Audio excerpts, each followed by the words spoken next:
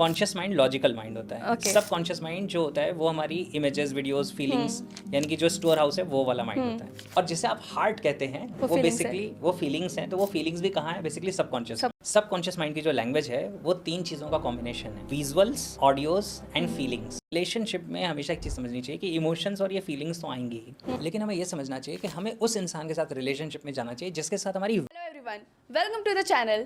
दोस्तों, क्या आपको अभी तक पता था कि आप अपने सबकॉन्शियस माइंड से बात भी कर सकते हैं? क्या आपको ये पता है कि जब आपके दिल और दिमाग में फाइट हो तो आपकी किसकी सुननी चाहिए? क्या आपने कभी ये सोचा है कि सबकॉन्शियस माइंड से आप वो सब कुछ करवा सकते हो जो आप अपनी ज़िंदगी में चाहते हो? ऐसे सभी सवालों के आंसर करते हुए मैं आपको एक बहुत ही अमेजिंग पर्सन से मिलवाने वाली हूँ जिनका नाम है वेद प्रकाश। अगर आप इनके चैनल पर विज़िट करते हैं और अगर आप इनके कोर्स लेना चाहते हैं तो ये फ्री में कोर्सेज भी दे रहे हैं, तो आप इनके चैनल पे विज़िट करके, मैं डिस्क्रिप्शन में आपको बता दूंगी, उस चैनल पे जाकर आप इनके कोर्स भी ले सकते हैं। तो प्लीज़ डू विज़िट। एंड दोस्तों, चलिए शुरू करते हैं podcast with Ved Prakash sir. कैसे हैं सर आप? नमस्कार सपना जी, आप बताएं आप कैसी हैं? बहुत बढ़िया सर। वैसे कि सर मैं एक बार और कॉम्प्लीमेंट आपको दे चुकी हूँ, बट फिर से देना चाहूँगी, बहुत अच्छे लग रहे हैं। Thank you so much. लेकिन अभी आपको मैच नहीं कर पा रहे सेलिब्रिटीज़ के साथ बैठने में थोड़ा सा लो हो जाता है। सर मैं सबसे पहले, जैसे कि मुझे पता है कि आप एक NLP ट्रेनर हैं, तो एक बहुत इंपॉर्टेंट क्वेश्चन मैं आपसे पूछने जा रही हूँ। मैं चाहती हूँ इस पूरे पॉडकास्ट की शुरुआत ही इससे हो कि NLP में अपनी आइडेंटिटी को कैसे शिफ्ट किया जा सकता है। For example, I am not good enough से लेकर आई एम अनस्टॉपेबल, ये जो सफ़र है वो कैसे कर सकते हैं? बहुत अच्छा क्वेश्चन है और ये प्रैक्टिकली पॉसिबल है। एक्चुअली क्या होता है ना कि हमारे खुद के माइंड के अंदर हमारी एक इमेज इंस्टॉल्ड हो जाती है, या आप कह सकते हैं क्रिएट हो जाती है। मैं उसे सेल्फ इमेज कहता हूँ, और उस सेल्फ इमेज को ही कई बार हम आइडेंटिटी भी कहते हैं कि ये मेरी आइडेंटिटी है, ये मेरी पहचान है। ठीक है, तो होता क्या है कि एक इंसान अपने पास्ट से कई बार अपने आप को डिफ़ाइन करता है कि आज तक मैंने क्या एक्शंस लिए अपनी ज़िंदगी में, मैंने किस तरह से ज़िंदगी को लीड किया है, मेरे साथ किस तरह के इवेंट्स हुए हैं, मैंने रिजल्ट्स प्रोड्यूस किए हैं या नहीं प्रोड्यूस किए हैं। अब ये सारी चीज़ों के कॉम्बिनेशन से उसके माइंड में एक अपनी खुद की पहचान बनती है। बिल्कुल। तो कई बार क्या होता है कि जब एक इंसान अपनी जर्नी को देखता है और अगर उसका फोकस इन चीज़ों पे है कि मैं क्या क्या नहीं कर पाया, ध्यान से समझिएगा। एक्चुअली होता क्या है कि हम ज़िंदगी में बहुत कुछ करते हैं, लेकिन हम कुछ चीज़ों को चूज़ करते हैं, पिक करते हैं, और हमारा माइंड उन्हें ही जूम कर देता है। जैसे मैं अगर कहूँ आपको कि आप इस रूम में देखो और देखो येलो कलर कहाँ कहाँ है, तो आपको येलो कलर कुछ जगह पे दिखेगा। अगर अब मैं पूछूं कि वाइट कहाँ दिखा, ब्लैक कहाँ दिखा, तो दोबारा देखना पड़ेगा। क्यों? क्योंकि आप सेलेक्टिव हो गए थे, आप उस समय येलो कलर को ही चूज़ कर रहे थे, पिक कर रहे थे। तो सेम ऐसे ही जब कोई इंसान इस बिलीफ के साथ देखता है कि I am not good enough, या अपनी ज़िंदगी के कुछ एक्सपीरियंसेस को देखता है और वो ये महसूस करता है कि I am not good enough, तो वही चीज़ें एक्सपैंड हो जाती हैं। यानी ज़िंदगी में कई जगह वो शायद बेहतरीन परफॉर्म कर चुका है, लेकिन वो थॉट्स, वो मेमोरीज़ उसके माइंड में पॉपअप ही नहीं होते। उसके माइंड में सिर्फ वही मेमोरीज़ पॉपअप होती हैं जहाँ पे वो खुद को ये कह सकता है कि येस आई एम श्योर, है ना, देखो ये वेरीफाइड है, ये प्रूव्ड है कि I am not good enough, क्योंकि वो उन्हीं सेलेक्टिव मेमोरीज़ को देख रहे हैं। तो यहाँ से आप अनस्टॉपेबल तक की जर्नी पे जा सकते हैं। और मैं कई बार NLP में कहता हूँ कि लाइक दिस, आप यूँ चेंज कर सकते हैं अपने अंदर चीज़ों को, राइट। तो अगर चेंज करने की बात करें तो सबसे पहला मैं आपको बताता हूँ कि mind and body they form a system, they are different expressions of the same person. यानी कि हम कहते हैं कि जो हमारा माइंड है और हमारी बॉडी है, ये दोनों मिलकर एक सिस्टम बनाते हैं। तो मन को मैनेज करना आसान है या बॉडी को मैनेज करना आसान है? मन को, बॉडी को राइट, बिल्कुल आपका सही आंसर है। यानी कि अगर आपके माइंड में कोई नेगेटिव थॉट है तो शायद उसको आसानी से चेंज नहीं कर पाता है इंसान, लेकिन अगर आपको फिजियोलॉजी यानी कि बॉडी लैंग्वेज में कुछ चेंज करना हो तो आप लाइक दिस चेंज कर सकते हैं।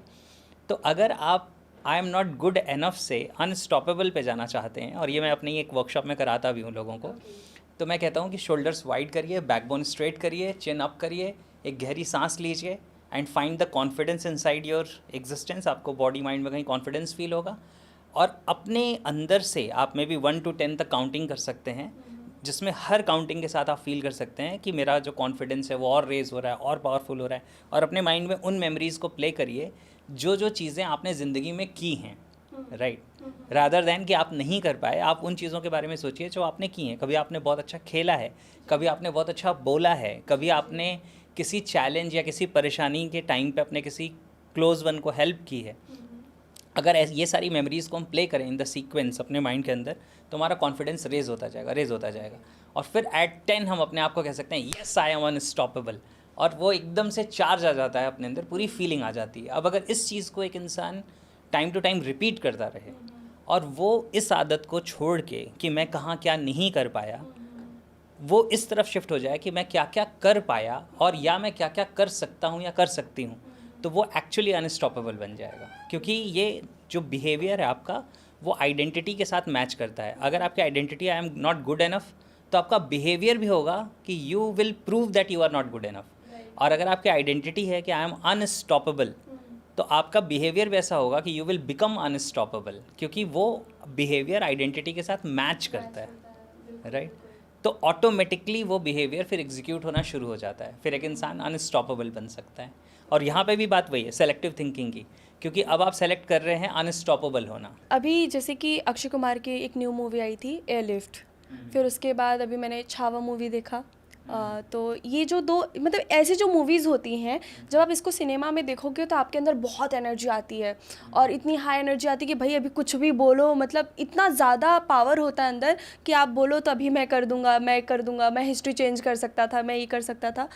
बट जब सिनेमा से बाहर निकलो तो वो एनर्जी चली जाती है। तो जब आप ये प्रोग्राम लेते हैं, जब आप NLP ट्रेनिंग करते हैं, तो उस टाइम आप जो एक्टिविटीज़ कराते हैं तो अंदर तो पावर आ जाता होगा, क्योंकि आपने एक्टिविटीज़ कराई है तो अंदर पावर आ गया कि यार करता ये तो करना है मुझे। लेकिन फिर वो जब बाहर जाते हैं, अपने डेली वर्क पे जाते हैं, तो वो उनके लाइफ में वो सारी चीज़ें फिर से रिपीट होने लगती हैं और कहीं ना कहीं उनका बिहेवियर ऐसा बन चुका है तो वो चीज़ें कंटिन्यू नहीं होती हैं। तो फिर ऐसे में आप क्या सजेस्ट करेंगे? मैं जनरली क्या करता हूँ कि मैं लोगों को कहता हूँ कि मिनिमम हाफ एन आवर आपको हर रोज़ NLP में इन्वेस्ट करना है। ओके। यानी कि अगर आप ये चाहते हैं कि आप अपनी ज़िंदगी में अनस्टॉपेबल बन जाएं या आप अपने बेस्ट वर्जन बन जाएं, तो आपको NLP को ऐसे नहीं समझना है कि बस एक बार कर लिया और हो गया। नहीं, NLP में जो आपने एक बार में सीखा है, चाहे आप वर्कशॉप में सीख रहे हैं या ऑनलाइन कोर्स के थ्रू सीख रहे हैं, आपको उसको अपनी ज़िंदगी में इंटरनलाइज करना है। ओके। जैसे मैं कई बार कहता हूँ कि ब्लड टेस्ट करें तो NLP पॉजिटिव आना चाहिए। क्योंकि आपके अंदर NLP जब इतनी इंटीग्रेट होती चली जाती है, तब आपकी ज़िंदगी में ट्रांसफॉर्मेशन आता है। तो ये होगा कैसे? सबसे पहले तो ये है, मैं तो रोड मैप देता हूँ लोगों को। एक्चुअली NLP वर्कशॉप के लास्ट में, जब 5 डे की वर्कशॉप जब मैं करता हूँ, तो 5th डे एक रोड मैप देता हूँ कि this is the road map to implement NLP। तो मैं उसमें कहता हूँ कि अब आपको हर रोज़ अपने इस रोड मैप के ऊपर काम करना है। तो कहीं पे आप बिलीफ पे काम करते हैं, कहीं अपनी कम्युनिकेशन पे काम करते हैं, लेकिन सबसे पहले आप काम करते हैं अपने आउटकम्स पे, अपनी गोल्स पे, कि आपकी ज़िंदगी में गोल्स क्या हैं। तो आपने कोई भी स्किल सीखी, अगर आपने उस स्किल को इंटरनलाइज नहीं किया, आपने उसको प्रैक्टिस नहीं किया, तो कुछ समय बाद वो फेड अवे हो जाएगी। राइट। आपका जो टास्क है या जो बिहेवियर आपने नया लर्न किया है, वो इम्प्लीमेंट कब होगा? जब आपके पास कोई आउटकम होगा, कोई गोल होगा, उसके अकॉर्डिंग ही तो आप काम करेंगे ना। राइट। तो सबसे पहले उस चीज़ की ज़रूरत है। दूसरी जो चीज़ की ज़रूरत होती है वो होती है एक इन्वायरमेंट की। जैसे मैं एक एग्जांपल देता हूँ कि सपोज़ करो कि कोई इंसान है, वो मॉर्निंग वॉक पे जाना चाहता है। अब उसने अकेले शुरुआत की, तो इस बात के बहुत ज़्यादा चांसेस हैं कि वो 1 दिन, 2 दिन, 3 दिन, शायद 1 हफ्ते जाएगा, लेकिन उसके बाद फिर डिसकंटिन्यू हो जाता है मैक्सिमम लोगों का। बिल्कुल बिल्कुल। लेकिन अगर वो एक ऐसी कम्युनिटी के साथ जाना शुरू कर दे जिसमें शायद 10-12 लोग हैं और वो मॉर्निंग पे एक फ़िक्स टाइम पे जा रहे हैं वॉक करने, तो अब इस चीज़ को सस्टेन करने के चांसेस बहुत ज़्यादा हैं। राइट। और हो सकता है कि उस ग्रुप में कुछ लोग आएंगे, कुछ टिकेंगे, कुछ निकल जाएंगे, कुछ नए आ जाएंगे, लेकिन ग्रुप सस्टेन करेगा। तो सेम इसी तरीके से जब आप NLP जैसी कोई चीज़ सीखते हैं और अगर आप एक कम्युनिटी के साथ कनेक्ट हो जाते हैं जहाँ पे और भी लोग इसे प्रैक्टिस कर रहे हैं, तो फिर आपका सस्टेन करना आसान हो जाता है। तो मैंने अपने में एक सिस्टम बनाया हुआ है कि एक फ्राइडे मैं क्वेश्चन आंसर करता हूँ, ओके। जिसमें फ्राइडे नाइट को मेरे सेशंस होते हैं जूम पे। तो जो भी मेरे नए स्टूडेंट हैं या पुराने स्टूडेंट हैं, चाहे वो स्टूडेंट 10-12 साल पहले भी उन्होंने मुझसे NLP सीखा हो, तो भी वो आके अपने सवाल पूछ सकते हैं। और नेक्स्ट फ्राइडे क्या होता है, प्रैक्टिस सेशन होता है, तो जिसमें जो कम्युनिटी में जो भी लोग प्रैक्टिस करना चाहते हैं वो आते हैं और वो किसी भी टॉपिक पे प्रेजेंटेशन देते हैं और बाकी लोग उनको फीडबैक्स देते हैं। तो इस तरीके से क्या होता है कि उनके पास हमेशा एक मोटिवेशन रहता है कि मुझे ये सीखना है, मुझे इम्प्लीमेंट करना है, मुझे सीखना है, मुझे प्रेजेंट करना है, राइट। तो फिर वो चीज़ें छूटती नहीं हैं। लेकिन सबसे इंपॉर्टेंट आउटकम, गोल आपके पास होना चाहिए, तभी आप किसी भी चीज़ को कंटिन्यू कर पाएंगे। अदरवाइज़ होगा क्या कि अभी आप चार्ज अप है, अभी आप बहुत मोटिवेटेड हैं, लेकिन वो मोटिवेशन कहाँ यूटिलाइज होना है, वो आपको पहुँचाएगा कहाँ? अगर वो आपके पास नहीं है तो कुछ समय बाद वो मोटिवेशन लूज़ हो जाए। लोगों को लगता है दे आर परफेक्ट, सबको लगता है यहाँ पे जितने इंसान हैं, चाहे वो गुस्सा कर रहा हो बहुत ज़्यादा, चाहे वो तब उसके अंदर बहुत ज़्यादा एटीट्यूड हो, ईगो हो, लेकिन उन्हें लगता है कि वो परफेक्ट हैं। उन्हें कभी नहीं लगता कि उन्हें एनएलपी जैसे ट्रेनिंग की भी ज़रूरत पड़ सकती है, किसी एक्टिविटी की ज़रूरत पड़ सकती है। तो ऐसे में आप कैसे कहेंगे उनको कि हर किसी के लाइफ में एनएलपी की ज़रूरत है? बहुत अच्छा सवाल है, और ये सवाल मैं अपने पार्टिसिपेंट्स को सिखाता हूँ जब वो एनएलपी करके जाते हैं और वो कहते हैं सर किसी और को अगर हमें रिकमेंड करना हो तो कैसे करेंगे। तो मैं कहता हूँ कि आप उनसे कुछ सवाल पूछिए। पहला सवाल उनसे ही पूछिए, क्या आप वो ज़िंदगी जी रहे हैं जो आप जीना चाहते हैं, या आप वो ज़िंदगी जी रहे हैं जो आपको जीनी पड़ रही है। ठीक है। मैक्सिमम लोगों का जवाब क्या होगा? जो नहीं जीना चाहते वैसे जी रहे हैं। दूसरा सवाल मैं पूछता हूँ कि आपके अंदर जितना पोटेंशियल है, क्या आप अपना पूरा पोटेंशियल यूज़ कर रहे हैं, या आप उससे कम पोटेंशियल यूज़ कर रहे हैं। मैक्सिमम लोगों का जवाब क्या होगा? उससे कम। तो मैं कहता हूँ कि अगर ये दोनों सवालों का आंसर ना है, यानी कि आप अपनी सपनों की ज़िंदगी नहीं जी रहे, आप अपना पोटेंशियल यूज़ नहीं कर रहे, तो आपको नहीं लगता कि आप अपना पोटेंशियल यूज़ करने लगें तो आप अपनी सपनों की ज़िंदगी जी सकते हैं। और आपको आज तक किसी ने आपका पोटेंशियल यूज़ करने से रोका नहीं है, तो उसे रोकने वाला कौन है? आप खुद हैं। तो एनएलपी यही करती है कि आपको वो माइंड की प्रोग्रामिंग सिखा देती है जिससे आप अपने ऑप्टिमम पोटेंशियल को यूटिलाइज़ कर सकते हैं। आप स्ट्रैटेजीज़ लर्न करते हैं जिससे आप अपनी सपनों की ज़िंदगी क्रिएट कर सकते हैं, लिव कर सकते हैं। मैं इसी से रिलेटेड एक और क्वेश्चन करना चाहूँगी। समझ लीजिए मैं 10,000 अर्न कर रही हूँ, बट मुझे लगता है मेरी कैपेबिलिटी तो भाई 5 लाख वाली है। तो अगर मुझे इस कैपेबिलिटी को इन्हांस करना है, तो जहाँ तक मुझे पता है एनएलपी हमें हेल्प करता है सबकॉन्शियस माइंड में, या फिर हम अपने में कुछ चेंजेस लेकर आना चाहते हैं, अपने पास्ट मेमोरी को भुलाकर एक अच्छे लाइफस्टाइल जीना चाहते हैं, वॉट एवर इट इज़, तो इसमें हेल्प करता है। तो क्या इसमें भी हेल्प कर सकता है कि अगर मैं 10,000 से 5 लाख के जर्नी पे जाना चाहती हूँ? बिल्कुल कर सकते हैं। कैसे? क्या होता है कि मैं आपको रियलिस्टिक आंसर बताता हूँ, ठीक है? देखो, हमें ज़िंदगी में वो नहीं मिलता जो हम डिमांड करते हैं, हमें ज़िंदगी में वो मिलता है जो हम डिज़र्व करते हैं। ओके। अब मैक्सिमम लोग जो लॉ ऑफ अट्रैक्शन, एनएलपी या और कोई भी साइंस सिखाते हैं, ज़्यादातर लोग जो बात करते हैं वो आप कहते हैं बस आप ये विजुलाइज करो, ये विश करो, ये अट्रैक्ट करो और आपको मिल जाएगा। मैं इससे थोड़ी अलग बात करता हूँ। मैं कहता हूँ कि you need to become deserving. अभी तो आप डिमांड कर रहे हो ना कि मुझे 10,000 रुपये मिलते हैं, मैं 10,000 रुपये हर मंथ कमाता हूँ या कमाती हूँ, मुझे 5 लाख रुपये कमाने हैं। तो आप ये डिमांड कर रहे हो, लेकिन क्या आप अपने आप को 5 लाख की काबिलियत वाला इंसान बना रहे हो? ओके। तो पहली चीज़ जो है जहाँ पे रियल एनएलपी एक्चुअली वर्क करती है, और इसीलिए दुनिया के सारे बड़े और सक्सेसफुल लोग एनएलपी यूज़ करते हैं, ये हमें पता नहीं होता, राइट? मतलब गूगल और एप्पल जैसी कंपनी के टॉप मैनेजमेंट में भी एनएलपी को सिखाने वाले लोग हैं। ओके। अगर आपको यूएस का प्रेसिडेंट बनना है तो आपको एनएलपी सीखनी पड़ेगी। अच्छा। हाँ, तो Okay. क्योंकि वो जो स्किल्स हैं वो आपको स्किल्स चाहिए, वो कम्युनिकेशन के स्किल्स हैं या प्रेजेंटेशन के स्किल्स हैं या अपने थॉट प्रोसेस या लोगों को इन्फ्लुएंस करने की स्किल्स है, वो आपको सीखनी पड़ेगी, उसके Okay. बिना काम नहीं चलेगा। तो अब होता क्या है कि अगर रियल एनएलपी की बात करें तो रियल एनएलपी ये कहता है कि आप ये सोचो ना कि अभी आप शायद 10,000 अर्न कर रहे हो सकता है आपकी कैपेबिलिटी या आपकी स्किल्स अभी 20,000 के लेवल के हैं या 50,000 के लेवल पे, आप एक गलत स्लॉट में हो, यही हो सकता है ज़्यादा से ज़्यादा। बिल्कुल। लेकिन आप 5 लाख अर्न नहीं कर रहे हो क्योंकि 5 लाख के लिए जो आपके पास कैपेबिलिटी चाहिए, जो आपको एटीट्यूड चाहिए, जो थॉट प्रोसेस चाहिए, जो माइंडसेट चाहिए, क्या वो आपने अभी डेवलप किया है? अगर नहीं डेवलप किया है तो first you need to identify कि 5 लाख जो अर्न कर रहा है उसका थॉट प्रोसेस कैसा होता है, उसकी बॉडी लैंग्वेज कैसे होती है, उसका कम्युनिकेशन कैसा होता है, वो सोचता कैसे है। जी जी जी। और वो चीज़ें आप फिर एनएलपी को इम्प्लीमेंट करके अपनी ज़िंदगी में इंटीग्रेट करना शुरू कर सकते हैं। तो you start to become deserving. और जब आप डिज़र्विंग बनना शुरू करते हैं और फिर अगर अमाउंट की बात करें, चेंज करना हो, तो फिर आपको उसके लिए आपको इसे एक गोल सेट करना होगा कि मुझे इतना अर्न करना है, और आपको उसकी स्ट्रैटेजी बनानी होगी कि ये कैसे होगा। क्योंकि 10,000 से आप एक्चुअली एक जंप करके 5 लाख तक नहीं जाएंगे। आपको अपने बिलीफ के अकॉर्डिंग, अपनी फीलिंग के अकॉर्डिंग चेक करना होगा कि what can be my next milestone. मेरा नेक्स्ट माइलस्टोन 20,000 हो सकता है या 50,000 हो सकता है या 15,000 हो सकता है। तो पहले आप वहाँ तक की जर्नी की स्ट्रैटेजी बनाते हैं, उसको कवर करते हैं, वहाँ तक पहुँचते हैं, फिर अगले माइलस्टोन की, फिर अगले माइलस्टोन की। और इस प्रोसेस में जैसे ही आप कुछ आगे बढ़ेंगे, यानी आप सपोज करो कि आपने शुरुआत की थी 10,000 से और अभी आप 50,000 तक भी पहुंचे, लेकिन आप 5 टाइम्स आगे बढ़ चुके हैं, तो नेक्स्ट 5 टाइम्स आगे 50,000 का 5 टाइम्स और आगे जाएंगे तो कितना हो जाएगा? राइट। 2,50,000 हो जाएगा फिर वो, है ना? तो क्या हो गया, कितनी जल्दी हम फिर वहाँ से आगे जा सकते हैं। फिर उसका 4 टाइम्स किया तो कहाँ पहुँच गए? 10 लाख पे पहुँच गए, जहाँ पहुँचना चाहते हैं। बिल्कुल। तो हमें ये समझना पड़ेगा कि अपने आप को डिज़र्विंग बनाना है डिज़र्विंग बनाने के लिए, उस लेवल तक पहुंचने के लिए मुझे क्या क्या अपने अंदर इंटीग्रेट करना पड़ेगा, क्या क्वालिटीज़ डेवलप करनी पड़ेंगी।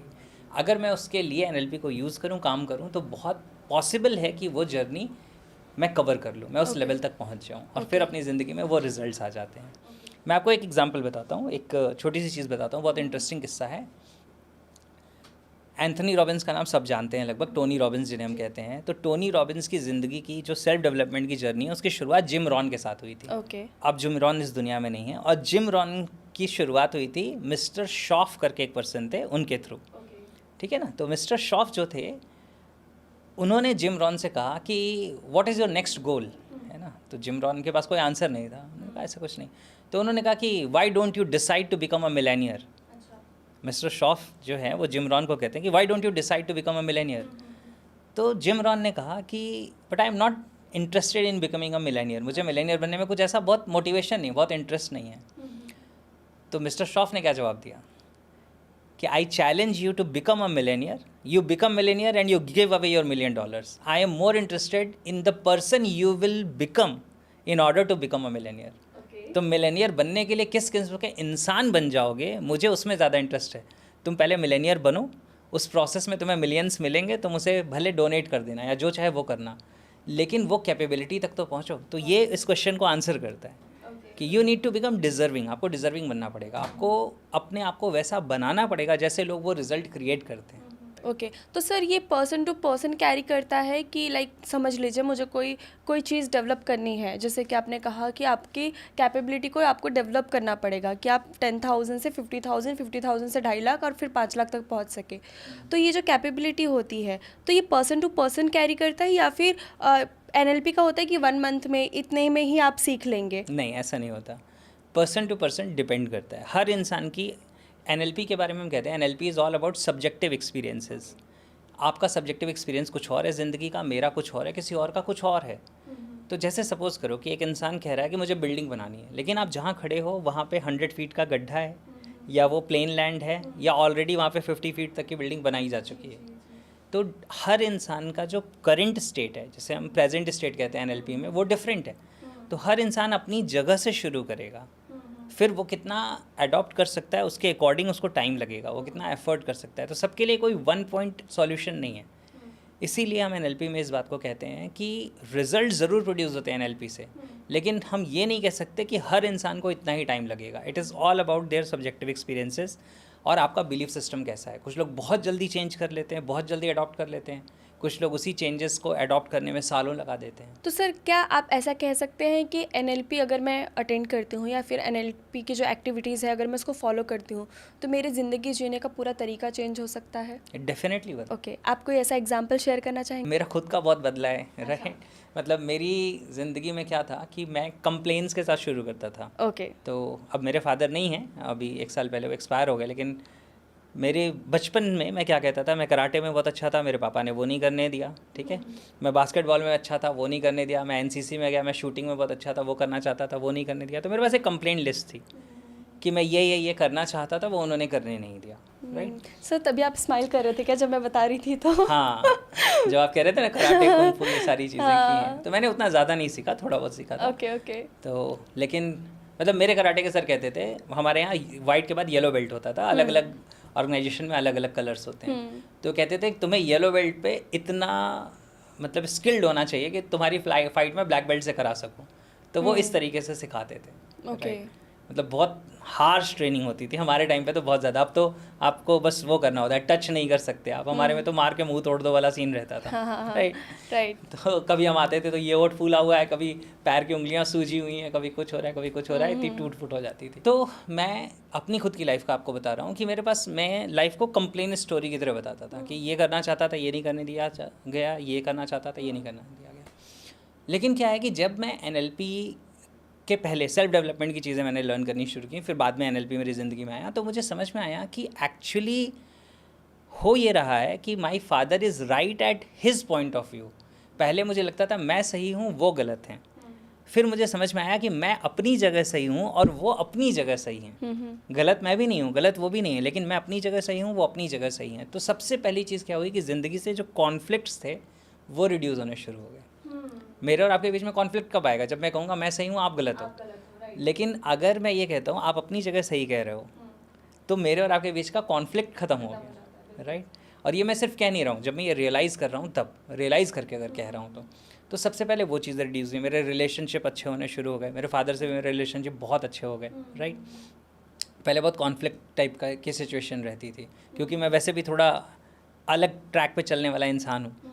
तो पहले वो मुझे कहते थे कि ये तो जो चाहता है या जो इसका मन करता है ये वो ही करता है। बाद में उन्होंने खुद मेरे वर्कशॉप्स भी अटेंड किए, तो बाद में उन्होंने क्या कहना शुरू किया, इसकी तो सोच ही अलग थी। तो दोनों में ज़मीन आसमान का डिफरेंस है जो दोनों स्टेटमेंट्स में, राइट? क्योंकि एक जगह वो ब्लेम है या कंप्लेन है और एक जगह वो अप्रिशिएशन है। तो ये सारी चीज़ों में बहुत सारा डिफरेंस आया। मेरा कॉन्फिडेंस लेवल लो था, वो कॉन्फिडेंस में बहुत चेंज आ गया, वो सारी चीज़ें बदल गई। और मतलब सेल्फ इमेज अपनी बदल गई, अपने अंदर से इंसान अपने आप को पहचानना शुरू करता है, वो सारी चीज़ें बदल गई। तो NLP आपकी ज़िंदगी में मैजिकल शिफ्ट क्रिएट कर देता है। मतलब वो आपको आपका बेस्ट वर्जन बनाने के डायरेक्शन में वर्क करता है अगर आप उसे इम्प्लीमेंट करोगे। कभी ऐसा हुआ है सर कि NLP का जो है, मतलब आपने इसको किया है अपने लाइफ में, एक वैल्यू ऐड किया, फिर उसके बाद कभी कभी कहीं पर वो गलत तरीके से काम कर गया हो? जैसे फॉर एग्जांपल कि आपने कहा कि मेरे पेरेंट्स के साथ मैं बहुत कंप्लेनिंग मोड में बात करता था और अभी मैं चेंज हो गया हूँ, अभी मैं अप्रिशिएट करता हूँ चीज़ों को। तो कभी ऐसा, कभी भी किसी भी पॉइंट पर ऐसा हुआ है कि आपने कंप्लेन ही किया हो, फिर आपको रियलाइज़ हुआ होगा यार मैं फिर से कंप्लेनिंग मोड में जा रहा हूँ क्या? ऐसा शुरू में होता था। अच्छा। क्योंकि शुरू में क्या होता है, जब आप किसी चीज़ को इंटरनलाइज कर रहे हैं ना और वो आपकी कोर तक नहीं गया है तो ज़्यादा होता है। अभी क्या होता है, अभी भी ऐसा नहीं कि लोगों की चीज़ें कभी बुरी नहीं लगती हैं, लेकिन अब हम जब देखते हैं तो अंदर से एक फीलिंग आती है कि the person is behaving the way he और she is behaving because of his और हर प्रोग्रामिंग, जो उसकी आज तक की प्रोग्रामिंग है, जो उसका माइंडसेट है, उसकी वजह से वो इंसान ऐसा है। तो उससे क्या होता है ना कि जो कॉन्फ्लिक्ट है वो रिड्यूस हो जाता है, उससे जो फ्रिक्शन है वो रिड्यूस हो जाता है। फिर आप रिएक्ट नहीं करते, फिर आप रिस्पॉन्ड करते। हो सकता है कहीं रिस्पॉन्स आपका गुस्सा भी हो, उस रिस्पॉन्स की ज़रूरत है, लेकिन फिर आप उस वे में रिस्पॉन्ड करते हैं तो बहुत सारी चीज़ें आपकी बदलनी शुरू हो जाती हैं। तो होता है, ऐसा नहीं है कि नहीं होता, क्योंकि NLP कुछ ऐसा नहीं है कि बस आपने NLP की टेक्निक्स को यूज़ कर लिया तो अब आप कोई रोबोट नहीं है कि आपको प्रोग्राम कर दिया गया, पहले आप X आउटपुट देते थे अब Y आउटपुट देंगे। लेकिन पॉसिबिलिटी Y की तरफ ज़्यादा है। अभी भी आप कभी कभी पीछे पुराने पैटर्न्स पे जा सकते हैं, ह्यूमन है तो उस तरीके से ज़रूर होती है। सर अगर मैं ये कहूँ कि फॉर एग्जांपल अभी जो इंसान है उनके में, कुछ लोगों में ऐसा होता है कि वो बहुत ज़्यादा अच्छे होते हैं और उनका कम्युनिकेशन बहुत अच्छा होता है, और ये जो आप अंडरस्टैंडिंग कह रहे हैं कि जो कंप्लेनिंग मोड होता है फिर आपने स्विच किया, अप्रिशिएटिंग में आ गए आप, तो वो उनके अंदर पहले से ही होता है जबकि उन्होंने कोई NLP ट्रेनिंग अटेंड नहीं किया है। तो ऐसे में आप उनको कैसे सजेस्ट करेंगे कि NLP आपको अटेंड करना चाहिए या उनके लाइफ में NLP कैसे हेल्पफुल हो सकता है? मैं इसका आंसर आपको देता हूँ, आपको बहुत अच्छे से समझ आएगा। पहले तो ये समझ लेते हैं कि NLP डेवलप कैसे किया गया। ठीक है। तो 2 पर्सन थे, रिचर्ड बैंडलर और जॉन ग्रिंडर। इन दोनों ने मिलके NLP को डेवलप किया था 1970s में, यूनिवर्सिटी ऑफ कैलिफोर्निया में दोनों थे। रिचर्ड बैंडलर वहाँ पे स्टूडेंट थे और जॉन ग्रिंडर वहाँ पे असिस्टेंट प्रोफेसर थे लिंग्विस्ट के, राइट? तो रिचर्ड बैंडलर क्या है, लोगों के साथ कुछ स्किल्स वगैरह प्रैक्टिस कर रहे थे, उसको गस्टॉल्ट थेरेपी कहते हैं। तो गस्टॉल्ट थेरेपी को प्रैक्टिस कर रहे थे और जिससे लोगों की ज़िंदगी में डिफरेंसेस आ रहे थे। कोई अपने पेन से बाहर आ रहा था, किसी का कॉन्फिडेंस बढ़ रहा था, कोई किसी और रिलेशनशिप इश्यूज़ में परेशान है या किसी और चैलेंज में है तो वहाँ से बाहर निकल रहा था। तो जॉन ग्रिंडर को जब इसका पता चला तो जॉन ग्रिंडर ने कहा कि मुझे आपका काम देखना है कि आप क्या करते हो, आप कैसे बात करते हो, क्योंकि बातों से ही ये सारी चीज़ें हो रही हैं।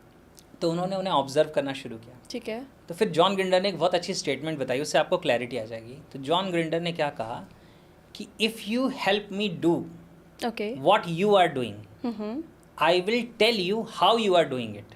ओके। मतलब अगर तुम मुझसे वो करवा लो जो तुम कर रहे हो, अगर तुम मुझसे वो करवा लो जो तुम कर रहे हो, तो मैं तुम्हें ये बताऊंगा कि तुम ये कैसे कर पा रहे हो। जी। क्योंकि आप तो ऑटोमेटिकली कर रहे हो एक तरीके से, but you do not know the algorithm, you don't know the strategy. और वो लिंग्विस्ट थे, तो उन्होंने कहा कि तुम्हारी कम्युनिकेशन से कैसे ये चेंजेस आ रहे हैं, अगर तुम मुझसे भी ऐसा कम्युनिकेशन करवा लो और ऐसे ही चेंजेस क्रिएट करवा दो तो मैं तुम्हें वो स्ट्रक्चर्स बताना शुरू कर दूंगा। तो होता क्या है, ये समझ आई आपको चीज़ें? बिल्कुल समझ में आई। तो इसी तरीके से जो NLP डेवलप की गई वो सक्सेसफुल लोगों को देख के डेवलप की गई कि अगर कोई इंसान सक्सेसफुल है, कोई बहुत अच्छा कम्युनिकेशन कर रहा है, तो उसके कम्युनिकेशन में ऐसी क्या खासियत है, उसका कम्युनिकेशन का एल्गोरिदम क्या है जिसकी वजह से वो ये कम्युनिकेशन कर पा रहा है इस क्वालिटी का। अगर कोई बहुत अच्छा प्लेयर है तो वो इतना अच्छा क्यों खेल पा रहा है, उसकी स्ट्रैटेजी क्या है।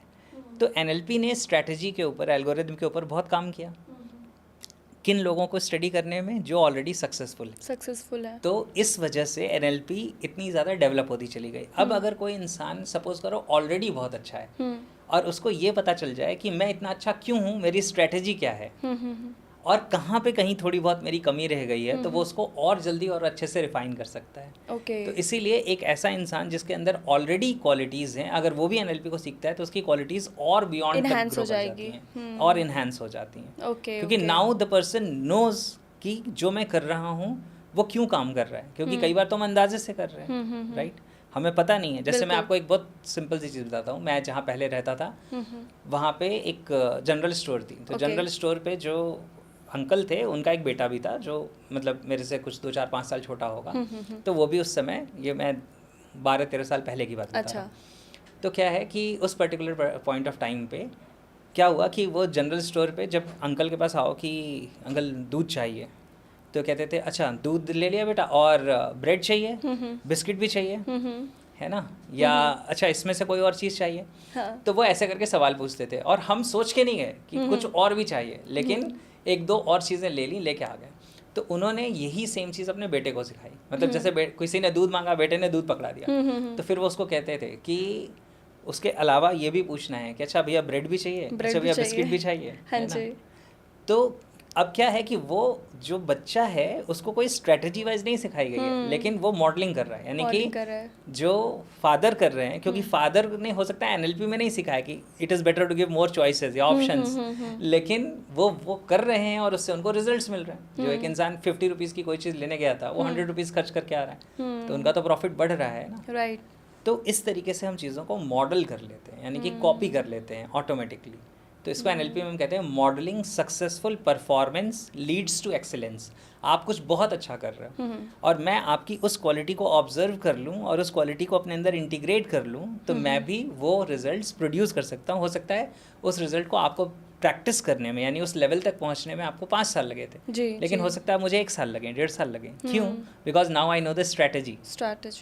तो एनएलपी इस तरह से हमें हेल्प करती है। ओके सर, मैंने सुना है कि एनएलपी में हम सबकॉन्शियस माइंड से कैसे बात करना वो आप सिखाते हैं।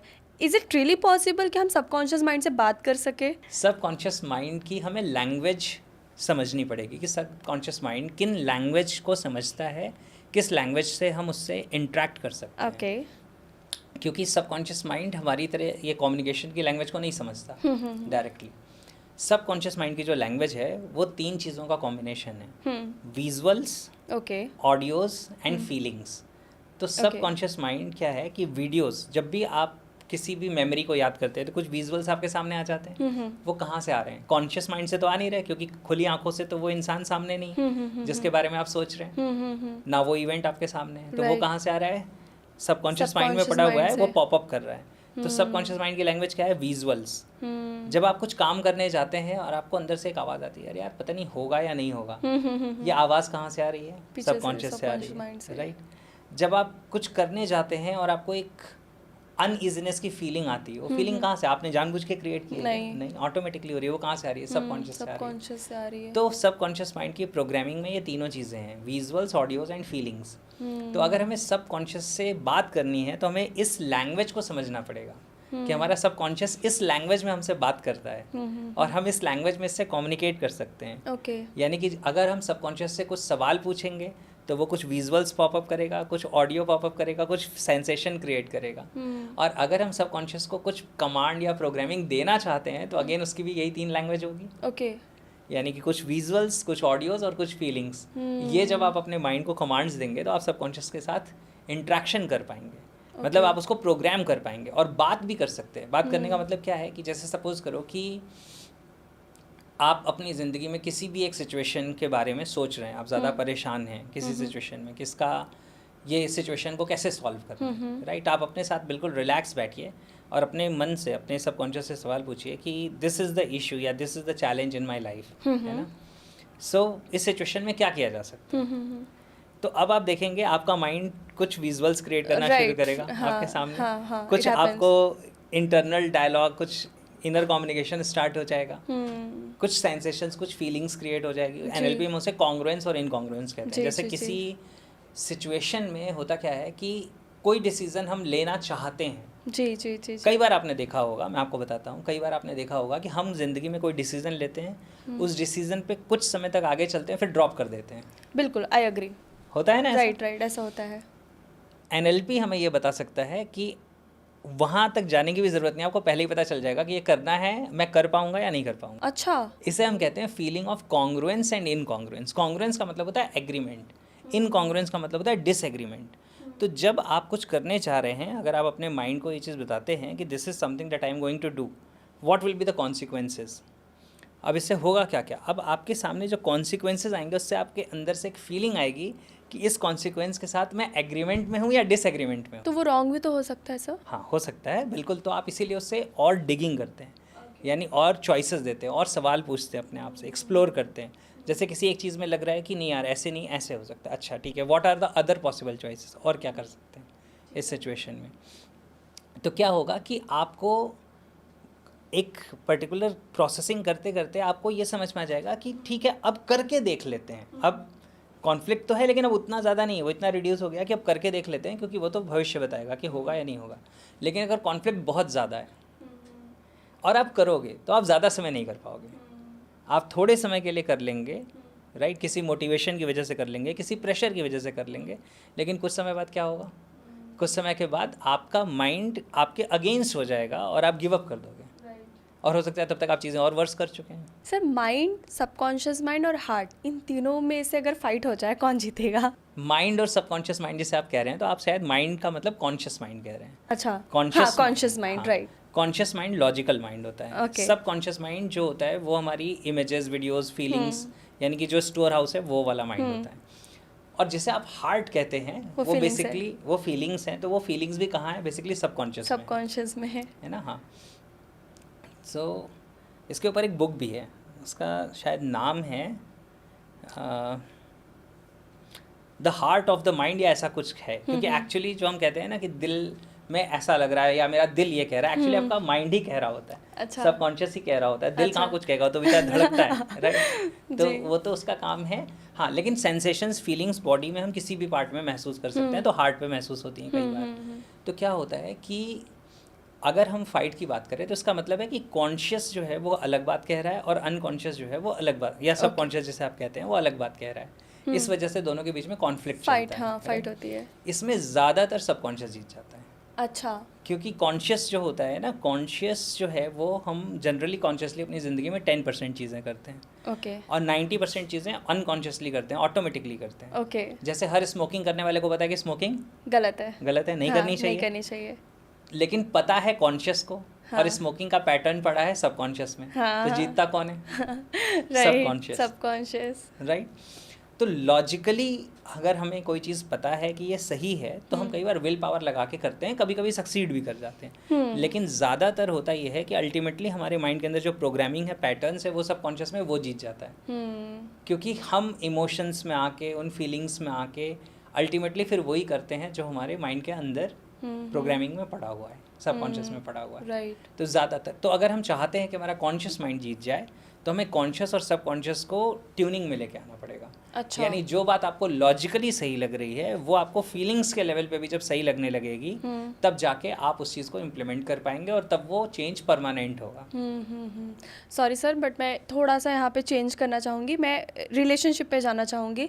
कई बार ऐसा होता है लॉजिकली चीज़ें नहीं लगती कि कोई रिलेशन अच्छा है। फॉर एग्जांपल कोई बहुत ही लॉजिकल पर्सन है तो वो सोचता है कि यार यहाँ तो अगर मैं किसी लड़की से शादी कर रहा हूँ या लड़के से शादी कर रहा हूँ तो इसमें चैलेंज ये आ सकता है, लॉजिकली ये चैलेंज आ सकता है, मैं यहाँ तक पहुँच नहीं पाऊँगा, मेरा करियर अलग है, इसका करियर अलग है, तो यहाँ पे ये चैलेंजेस आ सकता है। लेकिन दिल कहता है, जैसे कि एक होता है सबकॉन्शियस माइंड में कि यार बस ये पसंद आ गई है या पसंद आ गया है, तो ऐसे में आप कैसे सजेस्ट करेंगे कि उन्हें क्या चूज़ करना चाहिए? देखो होता क्या है ना कि जो सबकॉन्शियस हमारा या जो हमारा दिल जीत जाता है ना, कई बार लंबे समय में वो सस्टेनेबल नहीं होता, इसीलिए इतने सारे रिलेशनशिप खराब होते हैं। बिल्कुल, आई एग्री। समझ आ रही है हाँ। आपको चीज़ें? क्योंकि होता क्या है कि कोई इंसान है, लॉजिकली तो हमें लग रहा है कि यार ठीक है ना, इससे बेहतर ऑप्शन ये है वो है, लेकिन ये मुझे दिल से पसंद है, या इसके लिए फीलिंग्स हैं, या इसके लिए इमोशंस हैं। अब उन इमोशंस और फीलिंग्स में आके हम उस रिलेशनशिप में आ जाते हैं, लेकिन कुछ समय बाद जिस इंसान के लिए ये लग रहा था कि इसके बिना नहीं जी सकते, उसी के लिए ये लगने लगता है कि इसके साथ नहीं जी सकते, इसके अलावा किसी के साथ भी जी लेते हैं। राइट। तो ये लगता है बस इस वाले को छोड़ के किसी के साथ भी किसी जिया के जा साथ सकता भी जिया जा सकता है। इसके साथ नहीं जी सकते, जबकि उसके पहले लग रहा था कि किसी के साथ जी सकते हाँ हैं। कि बस इसके बिना तो फिर और कुछ भी नहीं है ज़िंदगी में।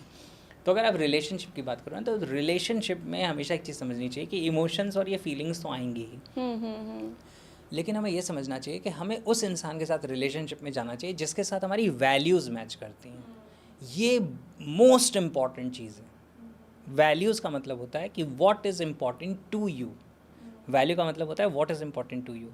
जो आपके लिए इम्पॉर्टेंट है वो अगर मेरे लिए इम्पॉर्टेंट है तो हम लंबी जर्नी तक साथ जा सकते हैं, और जो मेरे लिए इम्पॉर्टेंट है वो आपके लिए अनइम्पॉर्टेंट है, जो आपके लिए इम्पॉर्टेंट है वो मेरे लिए अनइम्पॉर्टेंट है, तो फिर हमारी जर्नी, ये जो यूफोरिया ऑफ लव है, ये कुछ समय चलेगा, किसी का 1 महीने, किसी का 6 महीने, और उसके बाद फिर ये कॉन्फ्लिक्ट में बदल जाएगा।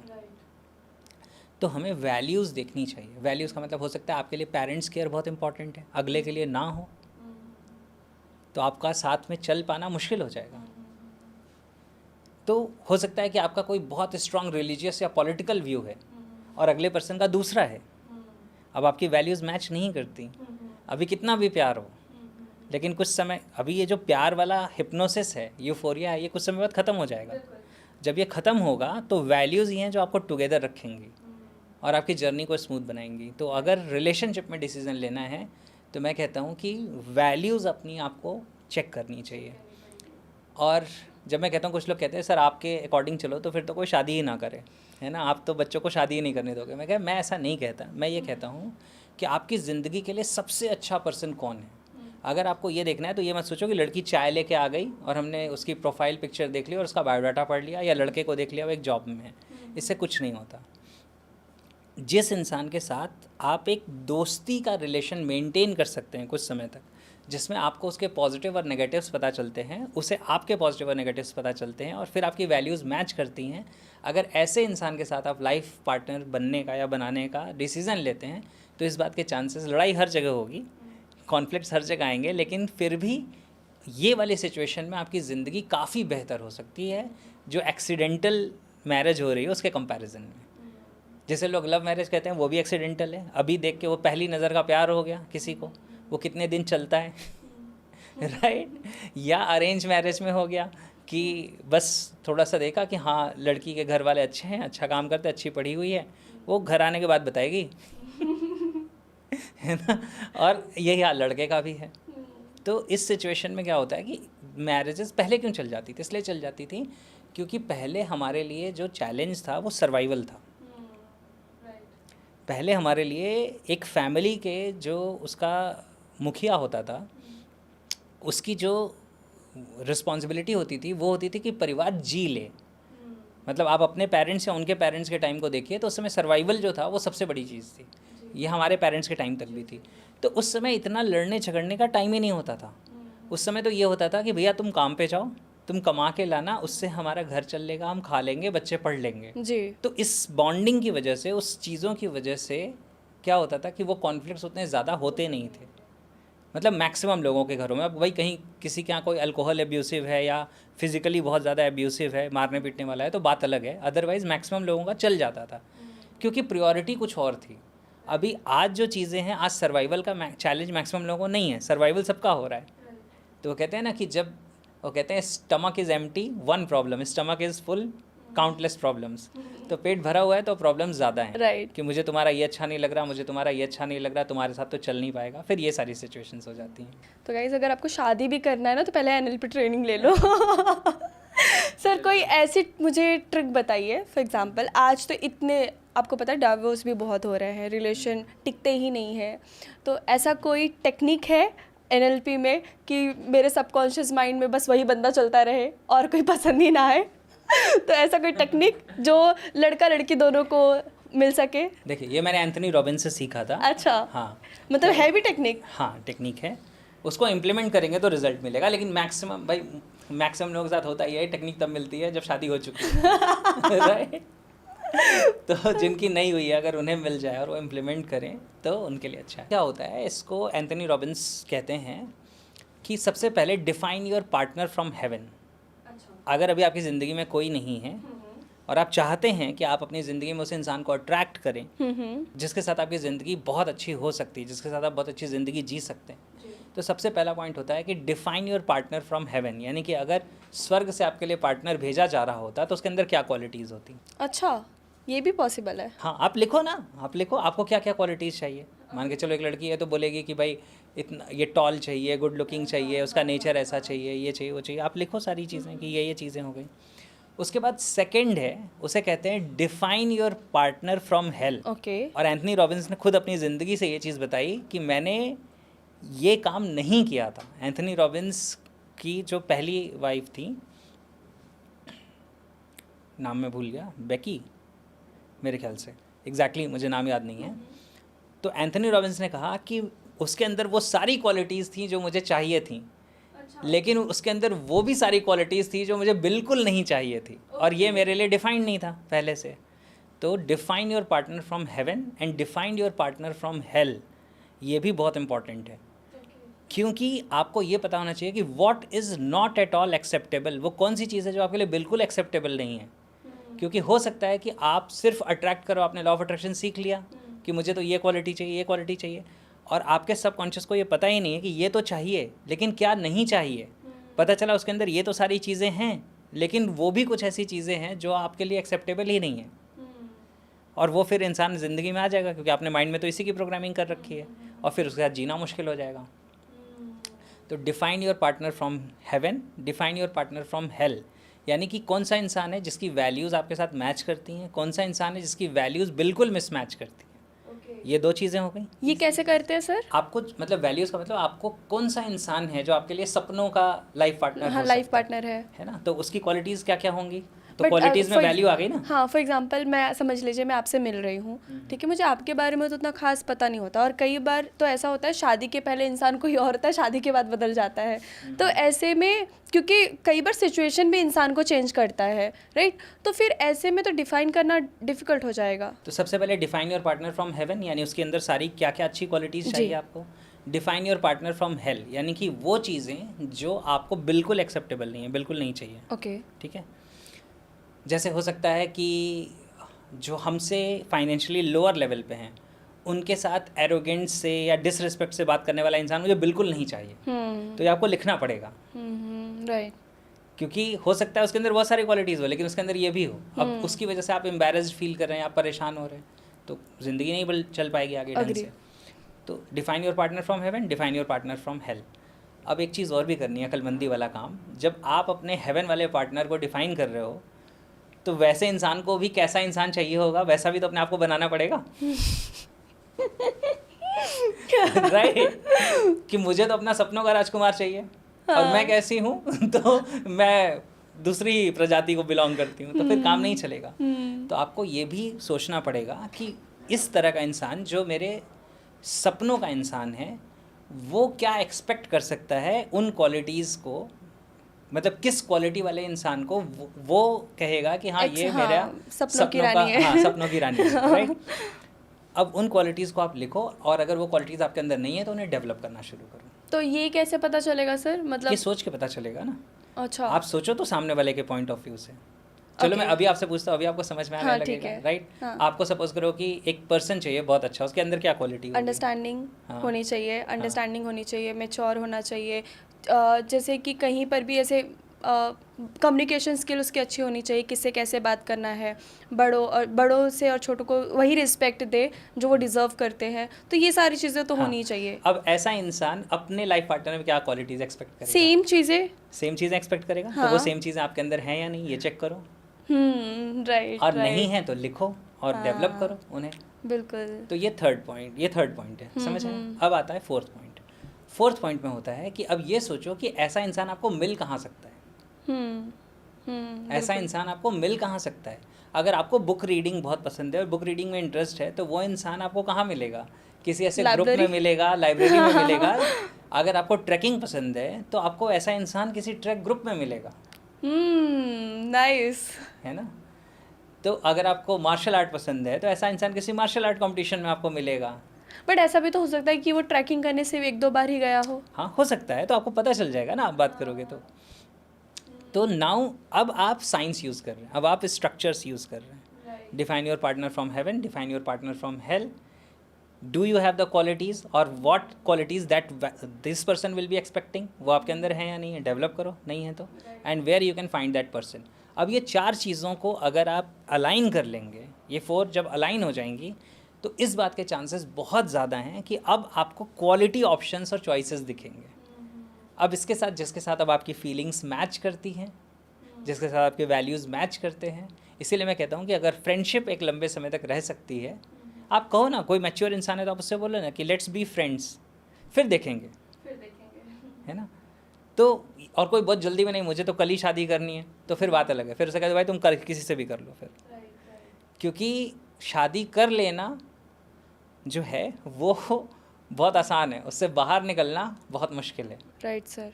एक बहुत लंबी बैटल स्टार्ट हो जाती है, बहुत सारे कॉन्सिक्वेंसेज हो जाते हैं। तो बेहतर है कि करने के पहले सोच लो, ये हम सोच नहीं पाते। बिल्कुल, है ना, वो तो डिजास्टर होने के बाद समझ आता है। सर फियर ऑफ लूजिंग लोगों में होता है ना, कि कहीं ये मुझसे छूट ना जाए, और ऐसे में कई लोग अपने बिहेवियर को चेंज कर देते हैं, उनका जो कैरेक्टर नहीं है वो कैरेक्टर भी छोड़ देते हैं। तो ऐसे में आप कैसे कहेंगे कि उनको इस तरीके से खुद को ट्रेन करना चाहिए, या ये एक्टिविटी उनको अपने लाइफ में करनी चाहिए जिससे वो वही रहे जो स्टार्टिंग में थे? लूजिंग मतलब लूजिंग देमसेल्व्स और लूजिंग द अदर नहीं, पर्सन? लोगों को, जैसे कि फॉर एग्जांपल हम अगर रिलेशनशिप में हैं तो मुझे बहुत ज़्यादा डर होता है कि मैं आपको खो दूंगी, है ना, और ऐसा ही कई बार होता है कि यही रिलेशनशिप को बहुत ज़्यादा ख़राब कर देता है। तो ये जो डर होता है, उस डर को कैसे कम किया जाए, और अगर आ जाता है तो ऐसी कौन सी एक्टिविटी उनके लाइफ में होनी चाहिए जिससे वो ये बाहर निकल सके? देखिए, सबसे पहले तो आप एक चीज़ समझो ना कि मतलब ट्रू लव तो बहुत रेयरली मिलता है ना। अगर मैं उसे कहूँ तो मैं जनरली जो स्टेटमेंट यूज़ करता हूँ, मैं कहता हूँ ट्रू लव, ध्यान से समझना, true love is unconditional, rest is business. जो सच्चा प्यार है वो अनकंडीशनल होता है, उसमें कंडीशन नहीं होती कि आप ऐसा करोगे तो इसका मतलब आपको मुझसे प्यार है, और आप ऐसा नहीं करोगे तो इसका मतलब आपको मुझसे प्यार नहीं है। ऐसा नहीं होता। ट्रू लव इज़ अनकंडीशनल, वो उसमें कोई कंडीशन नहीं होती, वो अनकंडीशनल होता है। इसके अलावा बाकी सारे बिजनेस है। बिजनेस क्या होता है? बिजनेस की डेफिनेशन है where 2 people come together to make profit. हाँ, राइट। तो इसके अलावा सब बिजनेस है कि इससे मेरा क्या फ़ायदा होगा, इससे तुम्हारा क्या फ़ायदा होगा। तो मैक्सिमम रिलेशनशिप्स यही हैं। 2 लोग साथ में भी हैं तो मैक्सिमम वो बिजनेस डीलिंग में ही हैं, राइट।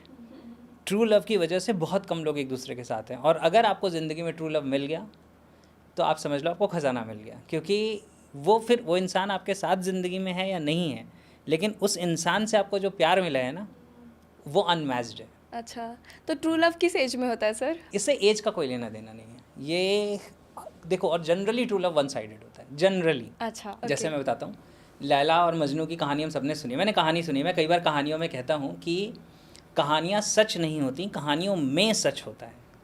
ध्यान से समझना, कहानियाँ सच नहीं होती, कहानियों में सच होता है। और हम कहानियाँ पकड़ के बैठ जाते हैं। तो मैं जब भी कोई कहानी सुनाता हूँ तो मैं ये स्टेटमेंट ज़रूर यूज़ करता हूँ कि हो सकता है कहानी सच हो सकता है झूठ हो, मुझे नहीं पता, लेकिन कहानी में सच है। तो कहते हैं कि जो मजनू था ना, वो लैला लैला कह के पागल हुआ पड़ा रहता था। उस पर्टिकुलर जगह जहाँ पे मजनू रहता था, वहाँ का जो राजा था, वो अपने राज्य की जो सबसे सुंदर दासियाँ थी उनको बुला के सामने खड़ा कर देता है मजनू के, और कहता है मैंने देखा है तुम्हारी लैला को, है ना, ये इतनी सुंदर दासियाँ, इसमें से कोई भी चूज़ कर लो, है ना। तो लैला सब, मजनू जो है वो सबकी तरफ देखता है और कहता है इसमें से तो लैला एक भी नहीं है। तो वो कहता है मैंने देखा है तुम्हारी लैला को, रूखी सूखी सी तो है ना, उसकी कोई ऐसी शक्ल सूरत है। तो मजनू का जवाब सुनना, मजनू कहता है कि लैला को देखना हो तो मजनू की नज़र चाहिए।